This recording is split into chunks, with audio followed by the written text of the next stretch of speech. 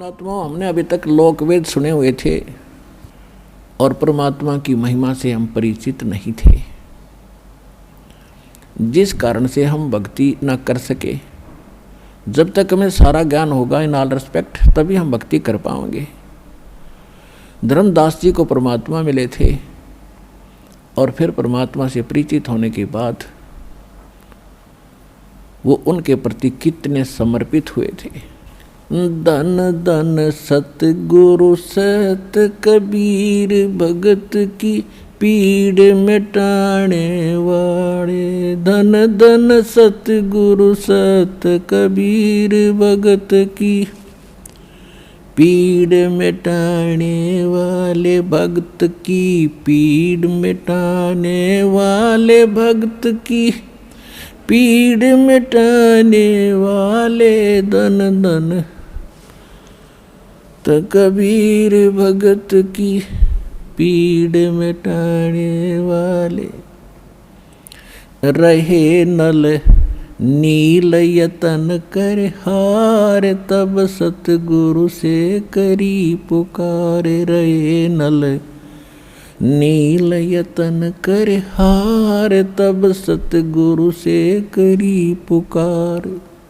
जा सतरेखा लखी अपार सिंधु पे सिला तिराने वाले। जा सतरेखा लिखी अपार सिंधु पे सिला तिराने वाले। धन धन सतगुरु सत कबीर भगत की पीड़ मिटाने वाले। जब सर्प न डसी जा पुकारी, इंद्रमती अकुलाए। सर्प ने डसी जब जा इंद्रमती रही उकुलाए। आपने तुरंत करी सहाय, बेरोली मंत्र सुनाने वाले। आपने तुरंत करी सहाय, बेरोली मंत्र सुनाने वाले। धन धन सतगुरु सत कबीर भगत की पीड़ मिटाने वाले। धन धन सतगुरु सत कबीर भगत की पीड़ मिटाने वाले। दामोदर सेठ के हों थे अकाज, अर्ज करी डूबता देख जहाज। दामोदर सेठ के हों थे अकाज, अर्ज करी डूबता देख जहाज। लाज मेरी रखियो गरीब नवाज, समुद्र से पार लंघाने वाले। लाज मेरी रखियो गरीब नवाज, समुद्र से पार लंघाने वाले। धन धन सतगुरु सत कबीर भगत की पीर मिटाने वाले।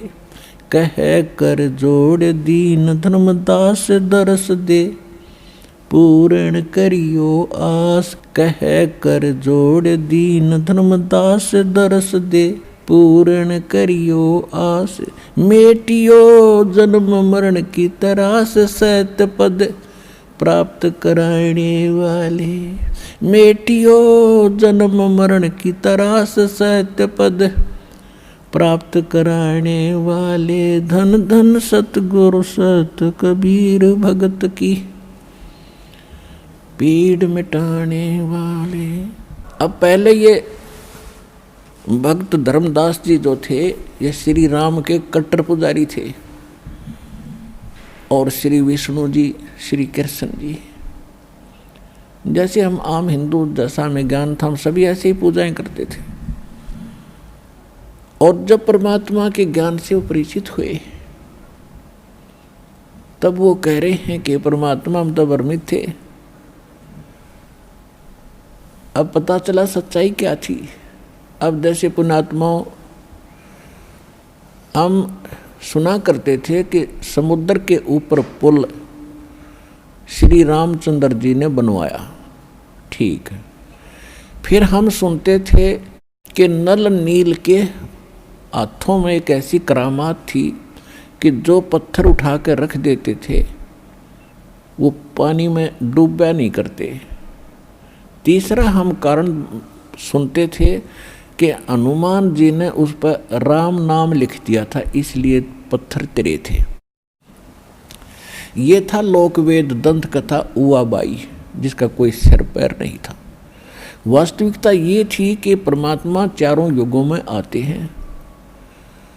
कबीर परमेश्वर जी, सतयुग में सत सुकृत कह टेरा, त्रेता नाम मुनींदर मेरा, द्वापर में करुणा में कहाया, और कलियुग नाम कबीर धराया। तो दूसरे युग त्रेता युग में परमात्मा मुनिंदर नाम से आए थे, मुनिंदर ऋषि, और वो ऐसे शिक्षा दिया करते थे, ज्ञान सुनाते थे।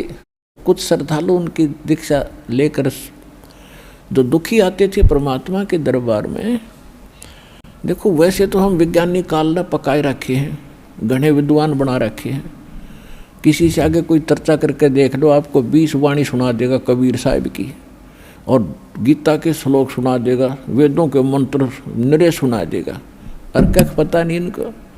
तो इसी प्रकार परमात्मा से बहस विवाद करने वाले बहुत घने होया करते थे त्रेता में। लेकिन जो दुखी होते थे वो सब जगह थक लेते थे, परमात्मा के पास जाते थे। और वो तो परमात्मा दयालु हैं, उनके बच्चे हैं सभी, उनके पास आएंगे तो माँ बाप पर देखा जा बालक दुखी तो सुख भी देगा, जब नीत साबित होगी तो जाते ठीक होते, दूसरों को और बताते भाई वहाँ जाते ऐसा दुख हुआ था, मैं ठीक हो गया। और नल और नील नाम के ये दोनों मौसी के बेटे थे, आपस में अलग अलग माताएं थी, वो आपस में बहनें थी। तो ये दोनों कुछ प्राकृतिक प्रकोप इनके संस्कार का था। ये सब ऋषि महर्षियों के पास जा चुके थे, कुछ मेंटली डिस्टर्ब थे, और सारा दिन भारी भारी शरीर रहता था, ऐसे शरीर दिमाग भी घना काम नहीं कर रहा था, यानी ज़्यादा डिस्टर्ब थे। तो सब ऋषि महर्षियों के पास गए, सभी ने लास्ट में ये फाइनल कर दिया कि तुम्हारे प्रारब्ध का दंड है, कर्म है, भोगना पड़ेगा, तेरी किस्मत में लिख रखा है।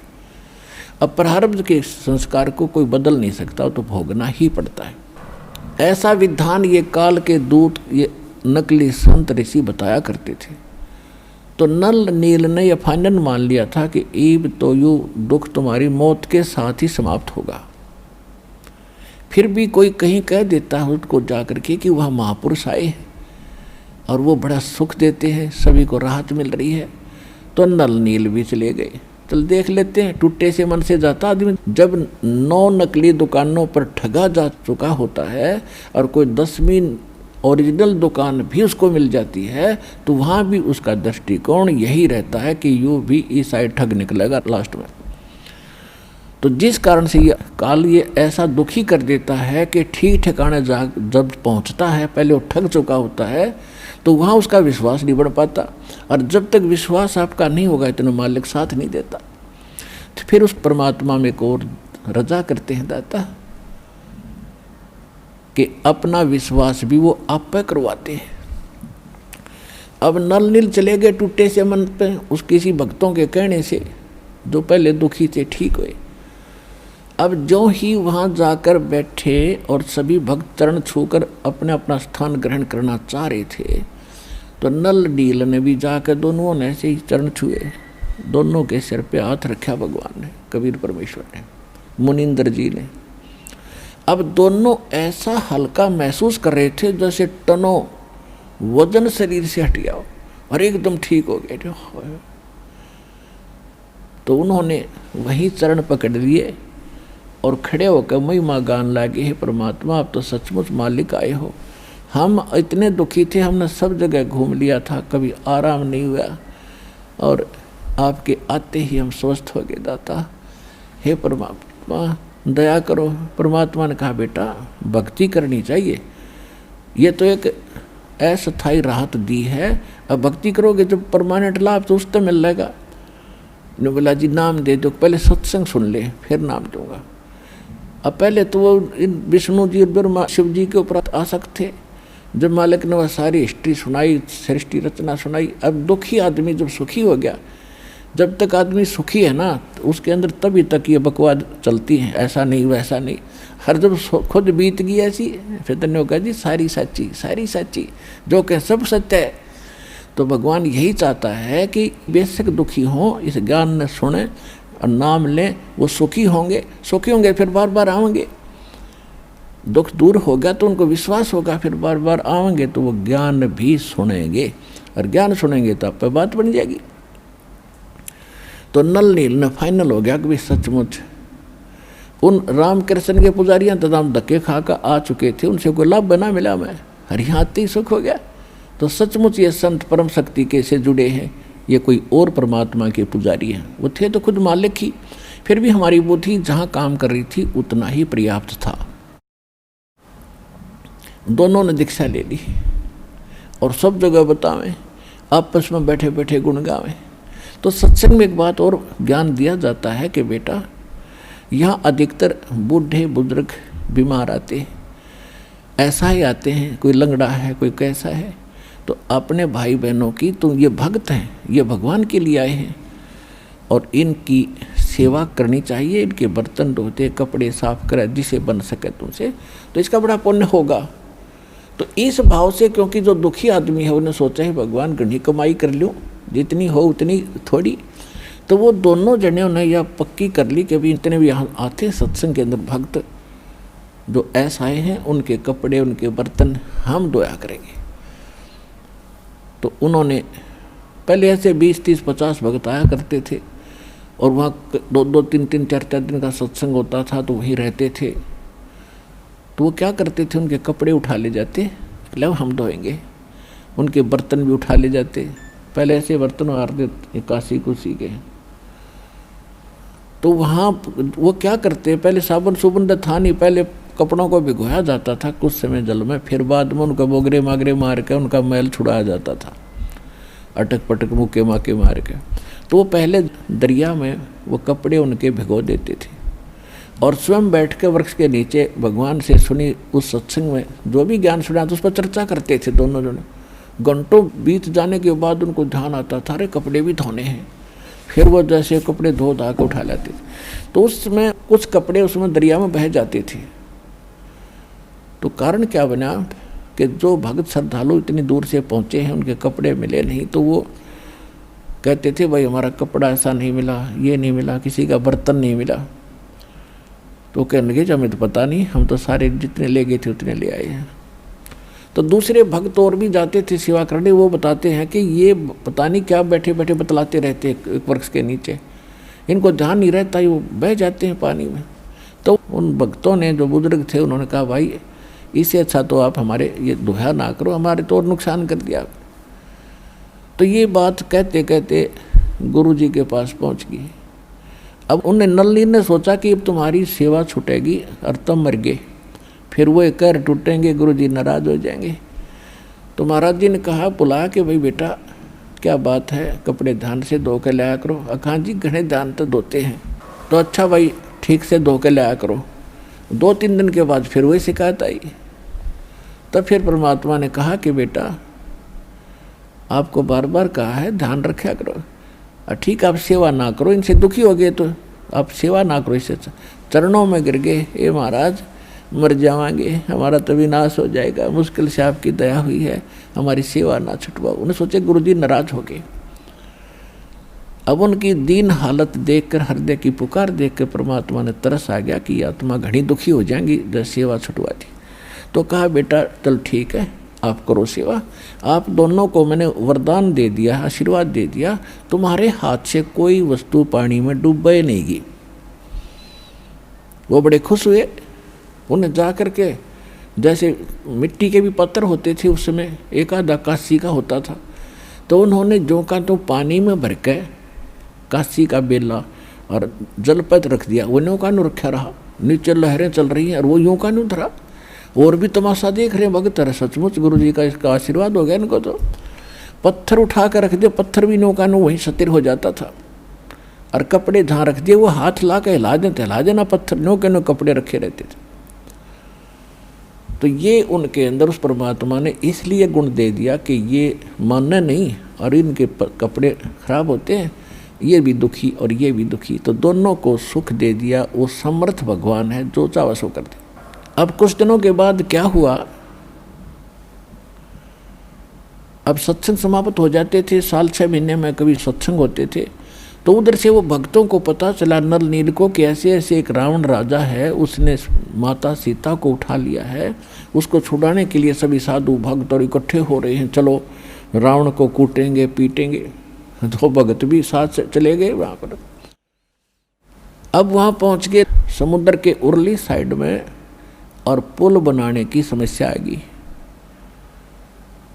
तो समुद्र के अंदर घुटनों पानी में खड़ा होकर श्री रामचंद्र अर्थात विष्णु जी ने 3 दिन प्रार्थना की थी कि हे जल्दी, हे समुद्र राज, मुझे रास्ता दे दे, मैं बहुत दुखी हूँ, ये मेरे साथ बीत गया है, आप भी भक्त हो, आपने मेरी मदद करनी चाहिए, क्योंकि इन जल का देवता होता है वरुण, और वरुण के अंतर्गत फिर अन्य आगे और छोटे देवता होते हैं। ये इस प्रकार इन्होंने सभी जल स्रोतों को उनके अधीन कर रखा है। जब 3 दिन तक घुटनों पानी में खड़ा होकर याचना करने से भी समुद्र नहीं मान्या, नहीं रास्ता दिया, तो उसी समय श्री राम ने कहा कि लक्ष्मण, मेरा वो अग्नि बाण दे, ये लातों के भूत बातों से नहीं मानते, इसको फूकूंगा। और जो ही वो अग्नि बाण छोड़ना चाहा, उसमें से लपटें निकलने लगी। उसी समय ब्राह्मण रूप बना के और समुद्र बाहर आ गया और कहा, महाराज इसको फूक दोगे मुझे तो इसमें फिर भी आप पार नहीं हो सकते, क्योंकि ये तो खड्डा बन जाएगा, बहुत भारी झील हो जाएगी और कितने जीव मरेंगे, आपको पाप लगेगा। तो श्री राम ने कहा कि फिर मैं क्या करूं, मैं भी तो बहुत दुखी हूं, मुझे कोई विकल्प बता। तो उसने कहा कि ऐसा काम करो, सर्प भी मरे लाठी भी ना टूटे। कि वो कौन सा तरीका? कि समुद्र ने कहा कि आपकी सेना में नल नील नाम के 2 एक भक्त हैं, उनके गुरुजी का दिया उनको आशीर्वाद है कि वो जल के ऊपर से पत्थर भी धर दें, वो डूबता नहीं। तो आशा की एक किरण दिखाई दी श्री रामचंद्र जी ने, नल नील को आवाज लगाएगी, वो सामने आए। अब यहाँ हम मार खाते हैं कि जैसे माता गर्भ को राखे यत्न बना, ठेस लगे तो अक्षीण हो, तेरी ऐसे भक्ति जावे। अब वहाँ नल्ली नर देखा कि यहाँ तो अंगद भी फेल हो गया, हनुमान जैसे बलवान भी फेल हैं तुम्हारे सामने, आज तुम्हारी महिमा होगी।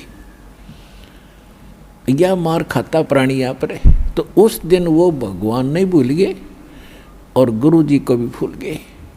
अपनी महिमा दिखाने के लिए सामने आगे सीना तान के खड़े हो गए रामचंद्र के पास, और उनसे पूछा गया कि क्या भाई आपके अंदर कोई ऐसी पावर है, आपके हाथों में कोई शक्ति है? हाँ जी, कि भाई एक एक्सपेरिमेंट करके दिखाओ तभी विश्वास होगा। तो उन्होंने पत्थर उठाया, रख दिया, डूब गया, दूसरा उठाया फिर डूब गया। उनको तो विश्वास था कि डूबता ही नहीं था। तब वो एकदम सहम गए, भाई आज क्या बनी, दोनों के हाथ से पत्थर नहीं तर रहे। तब उस ब्राह्मण रूप में खड़े समुद्र की तरफ श्री रामचंद्र जी ने ऐसे देखा, ये कहना चाहा हो कि समुद्र तू तो झूठ बोल रहा है। तब समुद्र ने कहा कि नलनील तुमने बड़ी भारी गलती कर दी, आज तुमने अपने गुरु को याद नहीं किया, जिस कारण से तुम फेल हो गए। रहे नल नील यतन कर हार, तब सतगुरु से करी पुकार। रोए नल नील यतन कर हार, तब सतगुरु से करी पुकार। जा सत रेखा लिखी अपार, सिंधु पे सिला तिराने वाले। जा सत रेखा लिखी अपार, सिंधु पे सिला तिराने वाले। धन धन सतगुरु सत कबीर, भगत की पीड़ मिटाने वाले। अपने आत्माओं, आपको पहले भी बताते रहे हम कि जिस समय परमात्मा प्रथम सतयुग में यहाँ आए थे, इस काल ने वरदान लिए थे भगवान से। उन वरों में से एक ये भी वर था कि मेरा पुत्र जाएगा और ऐसी घटना उसके प्रारब्ध में लिखी है वह घटेगी। लेकिन वो इतना सक्षम नहीं है कि समुद्र पर पुल बना सके। भगवान आप उनकी दया करियो, वो पुल बनवाइयो। परमात्मा को वो वायदा भी याद था, और उधर से नल नील की फड़क भी निकालनी थी, ना भक्ति नाश हो जाता उनका। उनको ये बताना था कि जैसे माता गर्भ को रख यत्न बना और ठेस लगे तो छन्न हो तेरी ऐसे भक्ति जा। अब उसमें अभिमान आ गया उनके अंदर, उन्होंने अपना भट्ठा बैठा लिया। तो इसी प्रकार हम छोटी सी कोई सिद्धि या शक्ति प्राप्त करके अपनी औकात नहीं भूलनी चाहिए और भगत बनकर दास बन के ही रहना चाहिए। जो कुछ भी हो रहा भगवान की कृपा माना, अपने सिर पर नहीं ले, नहीं तो बहुत हानि हो जाएगी। तो जब परमात्मा वहाँ पहुँचे ऋषि रूप में, श्री राम ने भी चरण दिए, समुद्र ने भी चरण दिए, और भी सेना वहीं से अपना प्रणाम किया। तब श्री रामचंद्र जी ने कहा कि भगवान ऐसे ऐसे मेरे ऊपर आपत्ति आई है, और आज आपके चेलों में वो भक्त शक्ति नहीं रही जो आपने वरदान दिया। तो परमात्मा ने कहा कि इनमें वो शक्ति अब रहेगी भी नहीं, समाप्त होगी आज से।